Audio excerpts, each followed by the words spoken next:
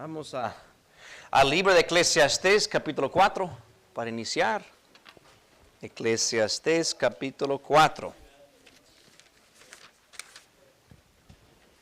Normalmente, pues sería la tercera vez que les estoy predicando, pero como tuve un descanso esta mañana, ¿verdad?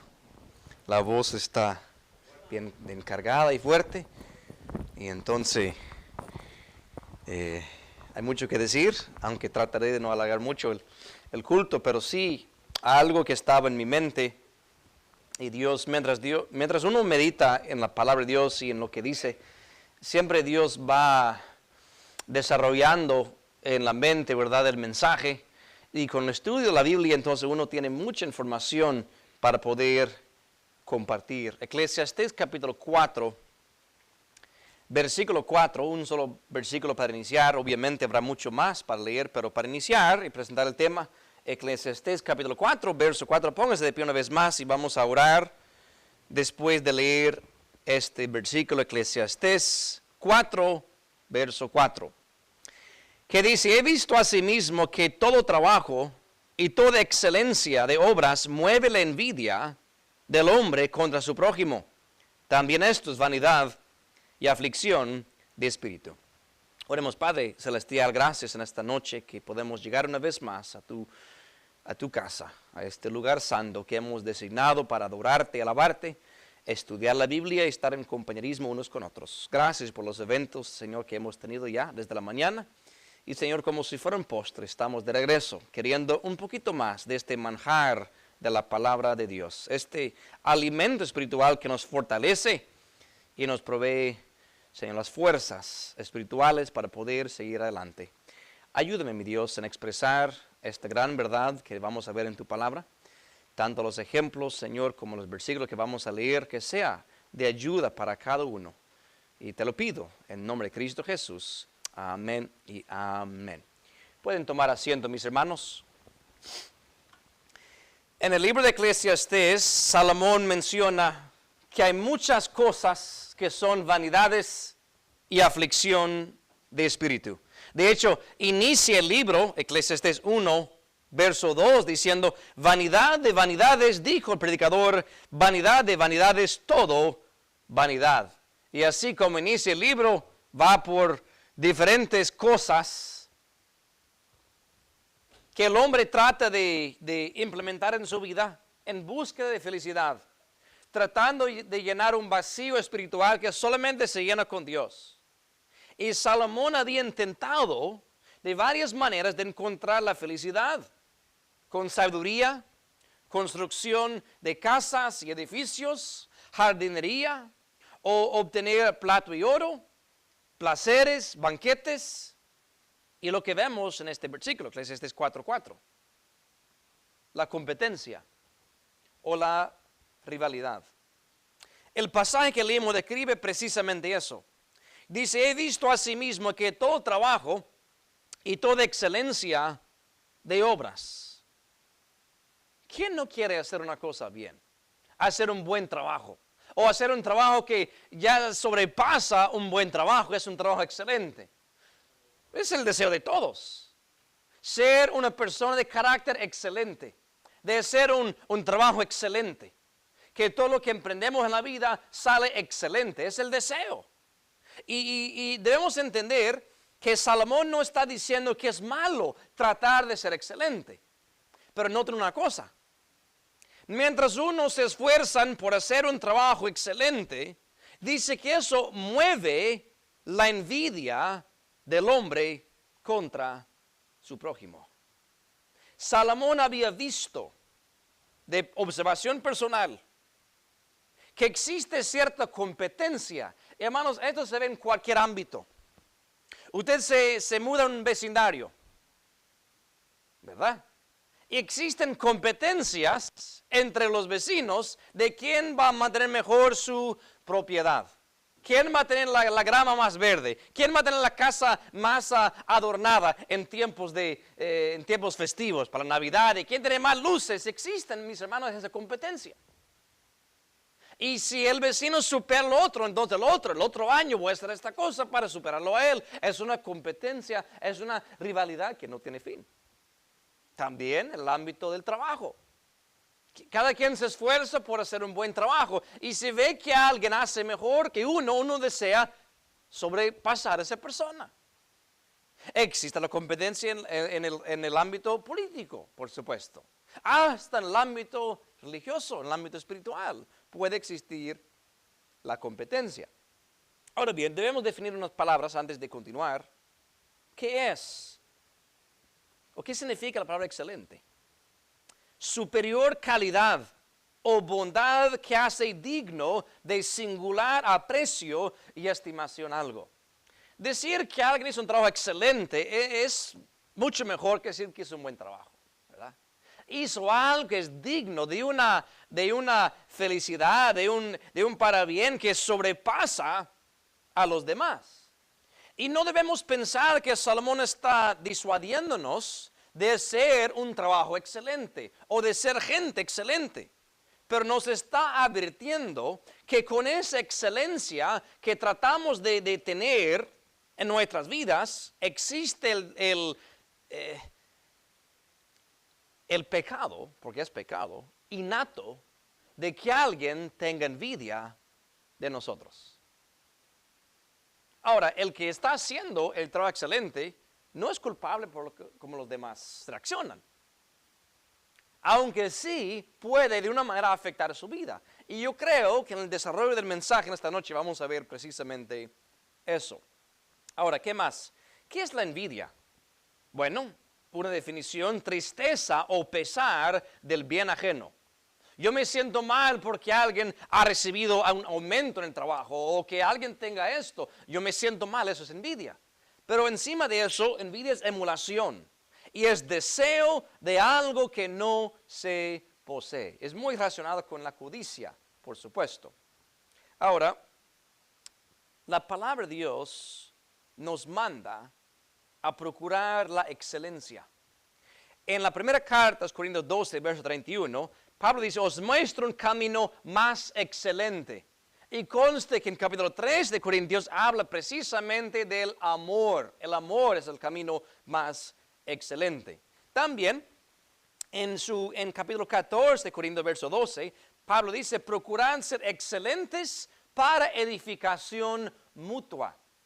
O sea, no veamos este pasaje en Eclesiastés como una reprensión de que no hay que procurar la excelencia. No, debemos tratar de ser excelentes, procurar la excelencia, pero de ninguna forma mirar la excelencia en la vida de otro como causa de envidia, porque allí está el pecado. No solamente el peligro, sino el pecado. Ahora bien, en forma de introducción, vayan a 1 Crónicas 17. 1 Crónicas 17, y vamos a ver un hombre que es llamado un hombre excelente. Y luego tratar de combinar los conceptos que ya vimos en Eclesiastés. 1 Crónicas 17, leamos verso 16 y verso 17. Dice: entró el rey David y estuvo delante de Jehová. Y dijo: Jehová Dios, ¿quién soy yo? ¿Y cuál es mi casa que me has traído hasta este lugar? Gracias, hermano. Quiero que vean que según David, él no era nadie. No se creía mucho. Decía: ¿quién soy yo y quién es mi casa para que yo haya llegado hasta este lugar, al reino, al trono? Verso 17. Y aun esto, Dios, te ha parecido poco, pues que has hablado de la casa de tu siervo para más lejos, y me has mirado como a un hombre, ¿qué dice? Excelente. Oh Jehová Dios. Dice David: Dios, tú me has mirado como un hombre excelente. Yo no me considero excelente, yo me conozco, pero tú me has estimado. Y lo que realmente importa, en la estima divina, David era un hombre de excelencia. También sabemos que David era un hombre que tenía un corazón, ¿cómo? Conforme al corazón de Jehová. Conforme a la voluntad de Dios, en la estima de Dios. Sin embargo, su excelencia ante Dios no le eximió a él de ser el objeto de envidia de su prójimo. ¿Qué vimos en Eclesiastes 4:4? Que la excelencia de obras mueve la envidia del prójimo o del hombre contra su prójimo. Y aquí vemos un hombre, según Dios, es un hombre excelente, David mismo. Quiero que vean, mis hermanos, en esta noche, varias maneras en que David mostraba excelencia. Y vamos a ver, y es muy conocido, creo, esta historia, esta relación, de un hombre que tuvo gran envidia del mismo David, cumpliendo lo que decía Salomón. La excelencia de obras mueve la envidia del hombre contra su prójimo. Vamos a analizar la relación entre David y Saúl. Y claramente vamos a ver cómo la excelencia puede incitar la envidia del prójimo. He intitulado el mensaje, cuando la excelencia incita la envidia. 1 Samuel 15, vayan allá. Vamos a estar mayormente en este libro, 1 Samuel, capítulo 15. Y antes de ver un poco la vida de David, quiero que vea una declaración un poquito enigmática que declara Samuel, el profeta, aquí. Ahora, tú y yo sabemos, porque tenemos el resto de la Biblia, de quién está hablando. Pero quiero que sepan que Saúl, cuando escuchó esta profecía, no sabía a quién se refería. Sabemos que Saúl tuvo un buen comienzo. Era elegido como rey, Dios lo eligió. El pueblo lo pidió, sí, pero Dios marcó que Saúl sería el rey. Y tuvo un buen comienzo. No comenzó mal. Lamentablemente cometió un error tras otro error y la vida de Saúl, como vamos a ver, fue en una espiral hacia abajo. Y yo les voy a presentar, mis hermanos, tal vez el por qué la vida de Saúl se fue yendo hacia abajo cuando no tenía que ser así. 1 Samuel 15, Saúl había desobedecido a Dios, no destruyendo por total a los amalecitas, guardando la vida del rey y los mejores de las vacas y ovejas y todo eso, cuando Dios le había dicho que exterminara a todos, una desobediencia. Entonces viene Samuel el profeta con este mensaje. Miren versículo 28. Entonces Samuel le dijo, Jehová ha desgarrado hoy de ti el reino de Israel y lo ha dado a tu prójimo mejor que tú. ¿De quién está hablando esa frase? El prójimo que era mejor que Saúl. De David. Ahora, ¿sabía eso Saúl cuando lo escuchó? No sabía. No tenía la menor idea de quién sería este prójimo mejor que yo. Ahora, si tú quieres desafiar el orgullo de alguien, nada más dígale que alguien mejor que él que lo va a reemplazar y va a ver cómo reacciona. Nadie quiere escuchar eso. Que hay un hombre más capacitado, más excelente que tú, que va a tomar tu lugar. Y Saúl escuchó esta frase. Y no era un falso profeta quien lo dijo. Era el mismo profeta Samuel que lo había ungido como rey. Y ese rey, ese profeta le dice al rey, Dios te ha quitado el reino y lo ha dado a tu prójimo mejor que tú. Ahora bien, pasa al capítulo 16 y vamos a ver versos 14 al 23. Y quiero mostrarles, mis hermanos, la excelencia de David en varias formas, varias maneras de su vida. Y luego veremos cómo la envidia de Saúl se movió contra David. Primeramente, la excelencia de David en aliviar al rey. Capítulo 16, verso 14 al 23. Y el espíritu de Jehová se apartó de Saúl, y atormentábale el espíritu malo de parte de Jehová. Y los criados de Saúl le dijeron, he aquí ahora que el espíritu malo de parte de Dios te atormenta. Diga pues nuestro Señor a tus siervos que están delante de ti, que busquen alguno que sepa tocar el arpa, para que cuando fuere sobre ti el espíritu malo de parte de Dios, él taña con su mano y tengas alivio. Y Saúl respondió a sus criados, buscadme pues ahora alguno que taña bien y traédmelo. Entonces uno de los criados respondió diciendo, he aquí yo he visto a un hijo de Isaí de Belén, que sabe tocar y es valiente y vigoroso y hombre de guerra, prudente en sus palabras y hermoso, y Jehová es con él. Y Saúl envió mensajeros a Isaí diciendo, envíame a David tu hijo, el que está con las ovejas. Y tomó Isaí un asno cargado de pan y una vasija de vino y un cabrito, y enviólo a Saúl por mano de David su hijo. Y viniendo David a Saúl, estuvo delante de él, y amólo él mucho, y fue hecho su escudero. Y Saúl envió a decir a Isaí, yo te ruego que esté David conmigo, porque ha hallado gracia en mis ojos. Y cuando el espíritu malo de parte de Dios era sobre Saúl, Dios tomaba el arpa y tañía con su mano, y Saúl tenía refrigerio y estaba mejor, y el espíritu malo se apartaba de él.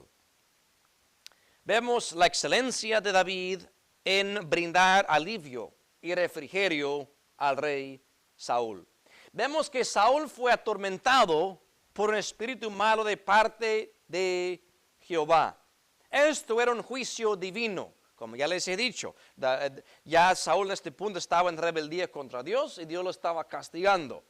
Ahora los criados de Saúl le sugieren a él a buscar un hombre que sepa tocar el arpa, un hombre diestro en los instrumentos para poder darle alivio. Saúl acepta el consejo, pero con una condición. Verso 17. Buscan pues ahora a alguno que taña bien y tráemelo. O sea, sí, yo quiero un músico, pero no un novato. Sí, quiero un músico, pero no nadie que me vaya a descontrolar la mente. Quiero a alguien que sepa tocar ese instrumento, que sea diestro en ese instrumento. Curiosamente, el criado de Saúl no tuvo que pensar mucho. Ya yo sé. Yo lo he escuchado. Hay un joven que sabemos que era David, del hijo de Isaí de Belén. Él sabe tocar y da sus atributos. Es valiente, vigoroso, hombre de guerra, prudente en sus palabras y hermoso, y más importante que todo, Jehová está con él. Ahora bien, Saúl estaba de grado con David. Pues llega David, ¿verdad? Dice en versículo 21 que lo amó mucho, hasta le hizo su escudero. Ahora el rey que confía en un hombre para ser su escudero y delante de él, realmente está depositando mucha confianza en él. O sea, vemos el inicio de una buena relación entre David y Saúl. Vemos en verso 23 que cuando Saúl estaba atormentado del espíritu malo, que venía David, tocaba el arpa. Seguramente cantaría algunos de los salmos que él había escrito cuando pastoreaba las ovejas. Y Saúl tenía refrigerio. Ahora, nosotros hoy en día tenemos a veces lo que llamamos dolores de cabeza, migrañas, ¿verdad? Y tal vez cada quien tiene su remedio. A veces unas pastillas, a veces remedio casero, a veces algo más para dar alivio y refrigerio. Y sucede que si esa cosa nos da alivio, lo que sea el medio, tendemos a volver a utilizar el mismo remedio cuando se presenta la ocasión. Cada vez que venía el espíritu malo de parte de Dios sobre Saúl, Saúl ya sabía que por la excelencia de David en el uso del arpa, que ese tormento mental se iría de él. Y comenzó a depender de David. Ahora, mis hermanos, qué bueno cuando utilizamos la excelencia en algo para ser canal de bendición para otros. Pero al mismo tiempo se puede ir formando una dependencia en la persona y ya no en Dios. Nuestros dones espirituales que Dios ha dado a cada uno, sí deben ser utilizados como beneficio a los demás, pero nunca deben crear una dependencia en uno mismo, sino en Dios. un ejemplo. Me encanta cómo fulano enseña la palabra de Dios, explica la palabra de Dios. Qué bueno que una persona dotada y excelente en eso. Pero eso no significa que usted ya es librado de su deber de estudiar, escudriñar y meditar en la palabra de Dios. Porque ya estás olvidando de tu dependencia de Dios y estás dependiendo del hombre. Por lo visto, Saúl, media vez que tuvo alivio de parte de David, comenzó ya ni siquiera a consultar a Dios sobre qué podría ser la causa de estos espíritus malos que venían sobre él. Ya acudía cada vez al arpa de David. Sin embargo, vemos la excelencia de David en dar alivio al rey. Luego vemos la excelencia de David en defender a Dios, el honor de Dios y la nación de Israel. Capítulo 17. Ustedes conocen seguramente el contexto. David y Goliat, ¿verdad? Es un capítulo muy largo que no vamos a leer por cuestión de tiempo. Basta con decir que Saúl estaba en una situación difícil. Estaban los filisteos que tenían su campeón, Goliat el gigante, ¿verdad? Y para evitar una gran masacre de personas decía, bueno, en vez de pelear los dos ejércitos, mejor que sea uno contra uno. Y ese uno va a valer por todos. Para evitar, bueno, suena como buena idea si tú tienes un campeón a tu lado. Pensando Goliat, pues, ¿quién me va a ganar a mí? Yo mido unos 3 metros. El más grande entre ellos es Saúl y apenas mide 2. No hay forma de que me ganen. Y comenzó a desafiar a Israel durante 40 días. Comenzó a provocar a Dios mismo y a la nación de Israel. Cuando un día llegó el pastorcito de ovejas, David, trayendo alimento a sus hermanos que estaban allí en la guerra. No era soldado en ese punto. Sin embargo, al escuchar a ese pagano, a ese incircunciso desafiar a Israel y provocar a Dios de Israel, dijo, yo no puedo quedarme de brazos cruzados. Leamos verso 32 al 37. Dice, y dijo David a Saúl, no desmaye ninguno a causa de él. Tu siervo irá y peleará con este filisteo. Y dijo Saúl a David, no podrás tú ir contra aquel filisteo para pelear con él, porque tú eres mozo y él un hombre de guerra desde su juventud. Y David respondió a Saúl, tu siervo era pastor en las ovejas de su padre. Y venía un león o un oso y tomaba algún cordero de la manada. Y salía yo tras él y heríalo y librábale de su boca. Y si se levantaba contra mí, yo le echaba mano de la quijada y lo hería y mataba. Fuese león, fuese oso, tu siervo lo mataba. Pues este filisteo incircunciso será como uno de ellos, porque ha provocado al ejército del Dios viviente. Y añadió David, Jehová que me librado de las garras del león y de las garras del oso, él también me librará de la mano de este filisteo. Y dijo Saúl a David, ve y Jehová sea contigo. David toma la iniciativa de ofrecer sus servicios al rey cuando nadie más lo haría. Dijo, si nadie más se ofrece a pelear contra él, yo voy con la ayuda de Dios y con la confianza de las victorias pasadas que Dios ya me ha dado. Victoria sobre el león, victoria sobre el oso, cuidando las ovejitas. Ahora este gigante no es peor que ellos. Sí es un ser humano, pero el mismo Dios que me dio victoria sobre aquellas fieras también me dará victoria sobre este filisteo. Conocen la historia, ¿verdad? Agarra las piedras lisas, agarra su honda, le tira la piedra a Goliat, que curiosamente le pega en la frente, ¿verdad? Queda hincada ahí. Sin embargo, cuando cae el filisteo, ¿en qué dirección cae? Postrado. Lo pueden leer, por ejemplo, en el versículo 49. Y metiendo David su mano en el saco, tomó de allí una piedra y tirósela con la honda e hirió el filisteo en la frente. Y la piedra quedó hincada en la frente y cayó en tierra sobre su rostro. Se supone que se le pega en la frente, ¿a dónde va a caer? Hacia atrás. pero él cayó hacia adelante. Ahora bien, no quiero hacerlo más tal vez significativo lo que es, pero hace pensar que no fue la piedra que mató a Goliat. ¿Puedes imaginar, mis hermanos, a Dios con el ángel de Jehová de forma invisible, pegándole a ese Goliat en la cabeza por detrás, de manera que cae aplastado, postrado ante David, pero más que eso, postrado ante el Dios de David? Porque David dijo, yo voy a ti en el nombre de ¿quién? De Jehová, Dios de los ejércitos. Así que no creo que sea coincidencia que quedó postrado delante de aquel que fue en el nombre de Dios. Punto es que cuando mata a Goliat, ¿qué hacen los demás filisteos? Salen huyendo.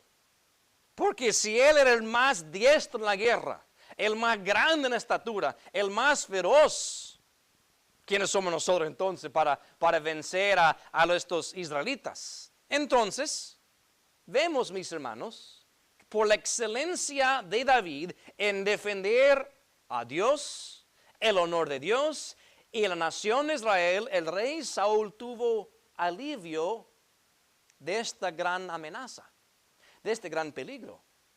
Porque David eliminó esta gran amenaza y seguramente estaría agradecido con David por su valentía en arrostrar el enemigo en el nombre de Dios. Ahora bien, antes de continuar, quiero recordarles de lo que leímos en el capítulo 15, verso 28. Samuel le dijo a David, Dios te ha desgarrado el reino y lo ha dado a un prójimo mejor que tú. No dijo nombres, no dio ninguna otra pista. Pero ya vemos un hombre que de la nada, literalmente, aparece en la vida de Saúl, que le da alivio cuando Saúl lo necesita, que le da una gran victoria a Saúl cuando lo necesitaba.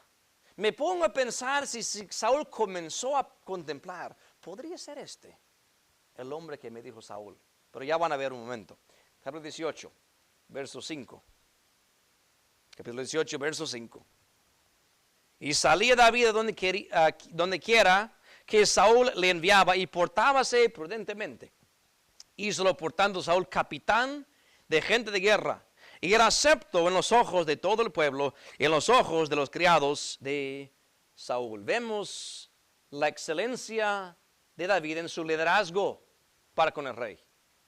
Luego de haber vencido al filisteo, Saúl le hace un capitán. Fue de siquiera soldado a capitán de gente de guerra. Un papel que David cumplía con prudencia, con sabiduría, con buena discreción. Y encontramos, mis hermanos, que era acepto en los ojos de todo el pueblo y hasta los mismos criados de Saúl. Ahora aquí hay un punto, es con paréntesis, pero es importante decirlo. Proverbios 22-29 dice así: ¿has visto hombre solícito o diligente en su trabajo? Este aparecerá delante de los reyes. Aquel pastorcito de ovejas, David, que era diligente, cuando papá decía, mi hijo, vaya al campo a cuidar las ovejas. Aquel que era diligente cuando papá decía, vaya a las trincheras a dar alimentos a tus hermanos. Dios lo puso delante de los reyes. De hecho, le hizo un rey. La palabra de Dios no falla, mis hermanos. En la excelencia, en los papeles aún menospreciados, en los papeles que nadie le pone atención, va a abrir paso, abrirá puerta para puestos de liderazgo. Y vemos a David siendo un gran líder, aún no como rey. Ungido como rey, pero todavía no reconocido como rey, pero siendo un buen líder, un buen capitán bajo la autoridad de Saúl. También debemos notar que David nunca trató de sublevar a Saúl. Aunque David sabía que un día sería rey. Ya Samuel le había dicho, le habían ungido como rey. Él nunca trató de adelantar el plan de Dios en decir, bueno, yo voy a tomar cartas en el asunto. Se muere Saúl, me hago rey. Nunca trató de hacer un golpe de estado. Nunca se le ocurrió matarle a Saúl para tomar el puesto, sino cumplió su puesto de capitán fielmente. Ahora vemos un punto de inflexión en la relación entre David y Samuel. Me explico. La relación entre ellos iba así, bien mejorando. No conozco el tipo, pero ya toca su arpa, su excelencia me hace sentir bien. El tipo fue a la guerra y venció a Goliat, qué bien. El tipo le hice capitán, está de agrado con todos. Pero el punto de inflexión, mis hermanos, es un gran cambio en el estado normal de las cosas. Y van a ver precisamente lo que le causó. Miremos versículos 6 al 9. Y aconteció que como volvían ellos, cuando David tornó de matar al filisteo, salieron las mujeres de todas las ciudades de Israel cantando y con danzas, con tamboriles, con alegrías y sonajas a recibir al rey Saúl. Y cantaban las mujeres que danzaban y decían, Saúl hirió sus miles y David sus 10,000. Y enojóse Saúl en gran manera y desagradó esta palabra en sus ojos y dijo, a David dieron 10,000 y a mí 1,000 no le falta más que el reino. Y desde aquel día Saúl miró de través a David. ¿Cuál era el punto de inflexión en la relación entre David y Saúl? Algo cambió drásticamente de la manera en que Saúl miraba a David. Regresemos mentalmente a lo que dije al principio. La excelencia de obras mueve la envidia del hombre contra su prójimo. Hasta aquí David había sido un hombre excelente en cada faceta en su relación con Saúl. Y ahora, debido a un pequeño jurito, un pequeño cántico que las mujeres habían inventado, la relación entre ellos fue empeorando. Ahora quiero decirles, David no tiene ninguna culpa en esto. Él no hizo nada para meritar esta envidia de Saúl contra él. Este coro que decían, Saúl hirió sus 1,000 y David sus 10,000, era un reconocimiento de lo que David había hecho. Ahora bien, no creo que literalmente David haya matado a más filisteos que Saúl. Como muchos cánticos, la gente suele exagerar. Si no me cree, escuche cualquier cántico de amor y va a ver cómo exagera la gente. ¿Me explico? Decían David y los 10,000 porque ese uno que mató valió por 10,000. Vencer a Goliat era vencer a todos los filisteos. Y eso causó 3 cosas en Saúl. Le hizo enojar, le desagradó y le causó envidia contra su prójimo. Dice verso 9, desde aquel día Saúl miró, dice la antigua, de través a David. ¿Saben qué es mirar de través? Es mirar así de lado. Es mirar con sospechas. Es mirar con malos ojos. Es mirar a una persona no como lo mirabas antes. Ahora bien, leímos al principio, la excelencia de obras mueve la envidia del hombre contra su prójimo. David había sido excelente en cada faceta para con Saúl. Y Saúl ahora comienza a envidiar a su prójimo. Miren verso 8 al final. Cuando Saúl está contemplando el coro, ¿verdad? Dice, a David dieron 10,000 y a mí 1,000. Miren esta frase muy interesante. No le falta más que el reino. Regresa al capítulo 15, verso 28, para hacer la conexión. Capítulo 15, verso 28. Entonces Samuel le dijo, Jehová ha desgarrado hoy de ti el reino de Israel y lo ha dado a tu prójimo mejor que tú. Aunque Saúl no sabía quién sería este hombre mejor que él. Yo creo, mis hermanos, que para capítulo 18, verso 8, ya tenía idea. Ya tenía sospecha. Ya estaba en la mira que este hombre es el hombre que Samuel me dijo es mejor que yo. Y como les dije al principio, ¿cómo decir a una persona soberbia que alguien mejor que él? ¿Cómo va a reaccionar? Con exaltada ira. Y en este punto, mis hermanos, la relación entre Saúl y David cambió totalmente. Pero una cosa interesante, Saúl comenzó a temerle a David. Miren el versículo 12. Mas Saúl se temía de David, por cuando Jehová era con él y se había apartado de Saúl. Miren el versículo 29. Temió más de David y fue Saúl enemigo de David todos los días. Noten eso. Cuando Saúl miró a un hombre excelente y el hombre excelente estaba en su vida, en vez de estar agradecido con el Señor por haber puesto en su vida ese hombre excelente, este hombre que es de bendición para mí, no solamente tuvo envidia, no solamente se enojó, no solamente se desagradó de él, sino hasta le tuvo miedo. Le tuvo miedo. Que hizo que Saúl se declarase enemigo de él. Saúl y David eran enemigos, pero no por culpa de David. Para David era literalmente padre e hijo, porque era su suegro. Le llamaba padre mío. David no tenía nada en contra de Saúl. Sin embargo, la envidia de Saúl contra David declaró la guerra que nunca terminaría, ni siquiera hasta la muerte de Saúl. Ahora, a partir de aquí, Saúl intenta quitarle la vida a David. De forma directa, miren verso 11, y arrojó Saúl la lanza diciendo, enclavaré a David en la pared, y 2 veces se apartó de él David. Directamente, con su propia lanza, con sus propias manos, quiso quitar la vida a David. Arrojando la lanza, 3 veces creo que son, entre capítulo 18, 19 y 20. Pero también de forma indirecta le intentaba quitar la vida. Mira el versículo 17. Y dijo Saúl a David, he aquí yo te daré a Merab, mi hija mayor, por mujer. Solamente que me seas hombre valiente y hagas las guerras de Jehová.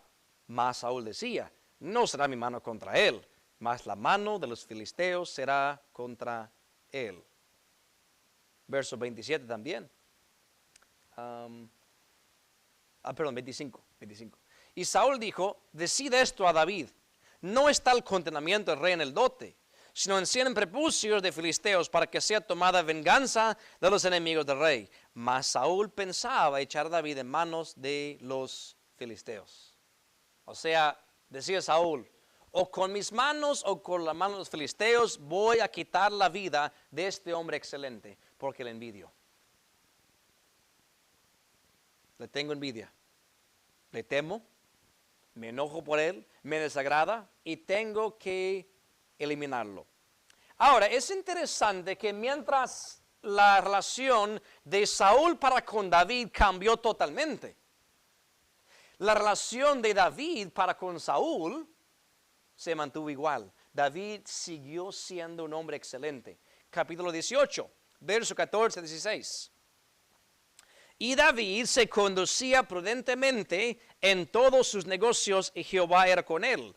Y viendo Saúl que se portaba prudentemente, temíase de él. Mas todo Israel y Judá amaba a David porque él salía y entraba delante de ellos. Vemos la excelencia de David en relaciones con Dios y los hombres.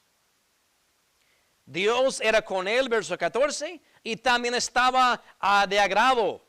Lo amaba. Todo Israel y Judá salía y entraba delante de ellos. Vemos un hombre popular. Y no popular por corrupto, no popular porque era falso, sino tanto para con Dios como con los hombres, David era excelente. Proverbios 3, vayan allá rápidamente, una escapadita de Samuel. Proverbios 3, versos 1 al 4. Capítulo 3, 1 al 4. Dice, hijo mío, no te olvides de mi ley, y tu corazón guarde mis mandamientos, porque largura de días y años de vida y paz te aumentarán. Misericordia y verdad no te desamparen, atas a tu cuello. Escríbelas en la tabla de tu corazón, y hallarás gracia y buena opinión en los ojos de Dios y de los hombres. Aquí es elogiado la ley y los mandamientos de Dios, describiendo sus beneficios. Y en verso 4 dice, hallarás gracia y buena opinión en dos ámbitos, tanto para con Dios como para con los hombres. La misma descripción que encontramos de Jesús en Lucas 2:52. Jesús creció en sabiduría, parafraseando, en edad, para con Dios y para con los hombres. ¿Cuál es el punto? Mis hermanos, cuando vivimos y mostramos los principios bíblicos en nuestras vidas cotidianas, nos pondrá en favor y buena opinión delante de Dios, por supuesto, pero también delante de los hombres.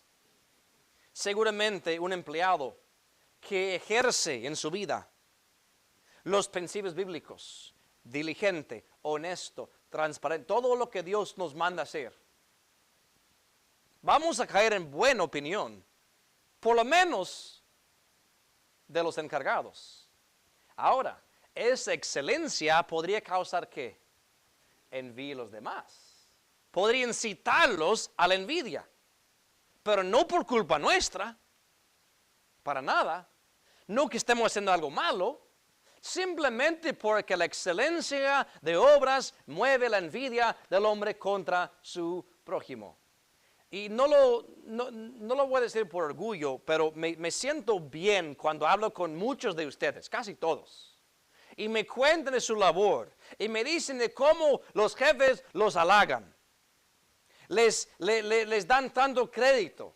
Eso es vivir los principios bíblicos de labor, del trabajo, de ser responsable. Y también yo he escuchado por muchos de ustedes decir que esa excelencia de obras provoca envidia de los compañeros de trabajo hacia uno. Y quiero decirte, mis hermanos, que no está haciendo nada malo. Simplemente se está cumpliendo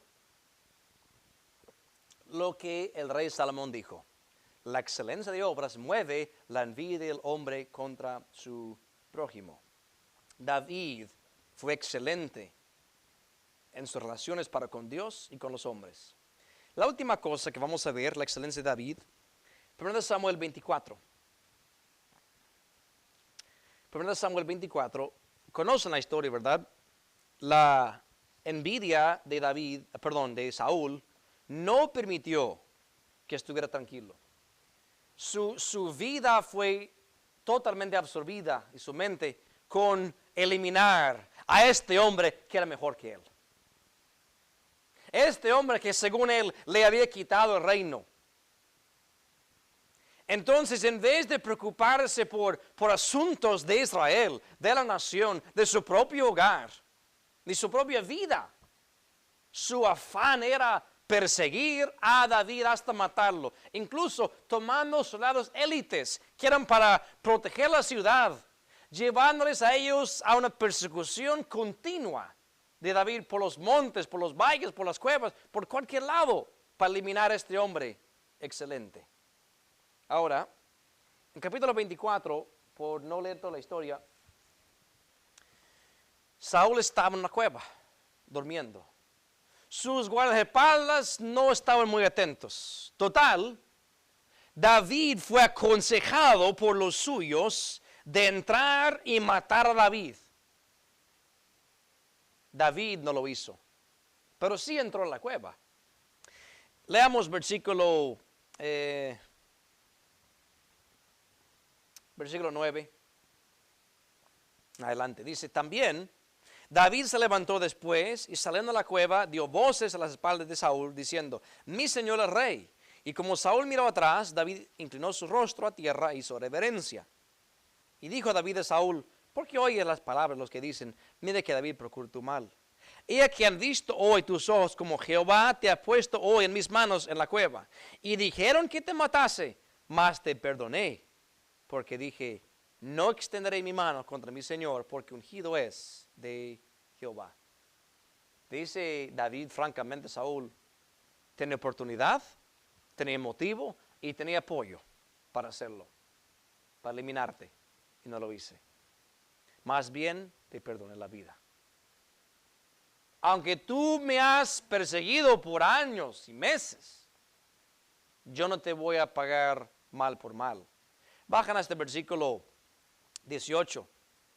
Estas son palabras de Saúl ahora. Dice, dijo a David, más justo eres tú que yo, que me has pagado con bien, habiéndote yo pagado con mal. Tú has mostrado hoy que has hecho conmigo bien, pues no me has muerto, habiéndome Jehová puesto en tus manos. Porque ¿quién hallará a su enemigo y lo dejará ir sano y salvo? Jehová te pague con bien por lo que en este día has hecho conmigo. Miren esto. Y ahora.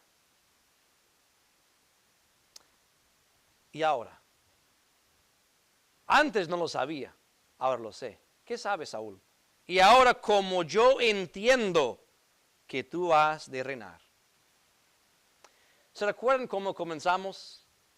Decía Samuel a Saúl, Dios te ha desgarrado el reino. Y lo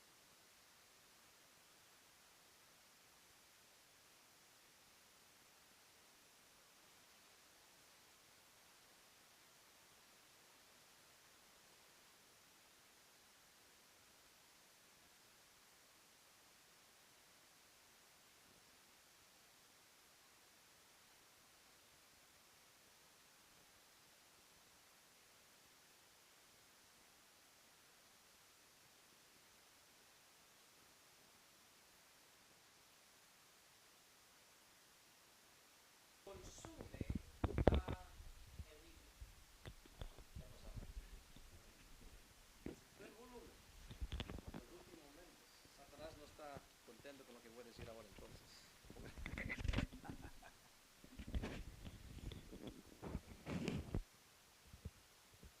¿Qué hace la envidia en la vida de uno? Dice Job, consume al codicioso. Vemos que la envidia entonces es una fuerza destructora o destructiva. Una persona que puede estar bien, que puede estar en buena posición, puede disfrutar salud y vida y dinero y comodidad y todo eso, la envidia lo destruye, lo consume. Proverbios 14, para confirmar eso, Proverbios 14, versículo 30. Proverbios 14, 30. El corazón apacible es vida de las carnes, mas la envidia, pudrimiento de huesos. Si no era suficiente decir que la envidia consume, también dice el rey Salomón que la envidia es pudrimiento de huesos. Un proceso que sucede paulatinamente en el cuerpo de uno. Esa descripción es lo que hace la envidia. No te deja pensar bien. Ahora, yo quisiera imaginar por un momento una historia alternativa. Sabemos cómo Saúl reaccionó, ¿verdad? Por la excelencia de David. Le causó envidia, eventualmente destruyó su vida, muchos de sus familiares y pues todo su legado. Qué diferente pudo haber sido el fin de Saúl si en lugar de tener envidia hacia el hombre excelente, hubiera dicho, Dios, gracias que que has puesto en mi vida un hombre excelente. Permíteme aprender de él. ¿Se acuerdan lo que leímos de David en capítulo 16? Decía que Jehová era con él, que Dios lo prosperaba. ¿Qué tal si Saúl hubiera dicho, David, yo veo que la presencia de Dios está en ti, enséñame a tener una relación íntima con Dios? ¿Creen ustedes que la vida de Saúl sería diferente? Por supuesto, por supuesto. David, yo veo que en cada faceta, tanto para con Dios como con los hombres, en tu trabajo, eres un hombre de excelente. Yo confieso que yo no soy mejor que tú, pero enséñame cómo ser excelente. Punto es, mis hermanos.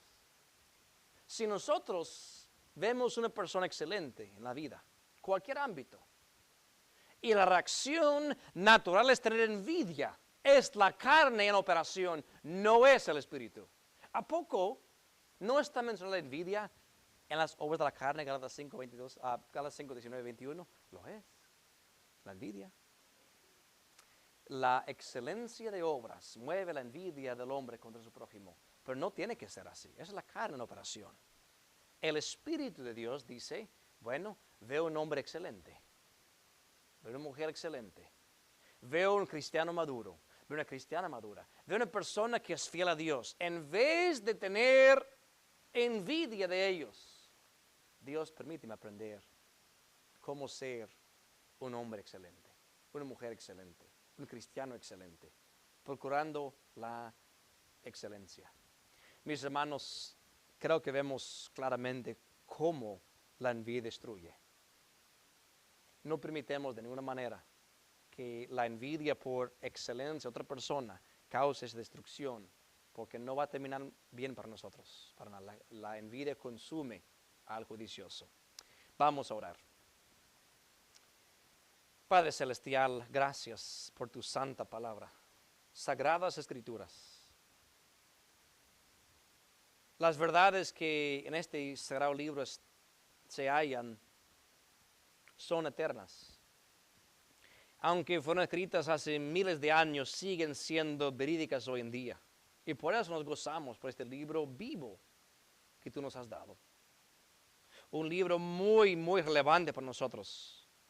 Señor, vimos un ejemplo de personas que nunca hemos visto en persona, Saúl y David. Y vimos claramente cómo la excelencia de obras mueve la envidia del hombre contra su prójimo. Y esta misma situación se repite todos los días. Padre, si nosotros hemos dado albergue a la envidia por la prosperidad, por la excelencia de otros, ayúdanos a confesar ese pecado, porque es un pecado. Ayúdanos a mirar los buenos ejemplos que nos has dado, Señor, con agrado. Que podamos recibir la bendición que esas personas pueden traer a nuestras vidas, en vez de tener envidia. Padre, gracias, porque tu palabra siempre nos muestra la verdad. Nos muestra en un espejo cómo estamos. No con el fin de que nos quedemos en esa situación, más bien sea un error para poder remediarlo. Señor, yo confío que has hablado a cada uno aquí, como has hablado conmigo, y que podamos confiadamente decir gracias, Dios, por los ejemplos de excelencia que has puesto en mi vida. Procuremos la excelencia como individuos, como familias y como iglesia. Padre, gracias una vez más por tu santo libro y por esta iglesia que nos has dado aquí. En el nombre de Cristo pedimos todo esto. Amén y amén. Dios les bendiga, mis hermanos. Estamos despedidos. No se olviden, el día miércoles a las 6:30 estaremos de regreso aquí. Y también el día sábado a las 4 de la tarde, la actividad para parejas. Y que Dios les bendiga. Que vayan con Dios a sus hogares.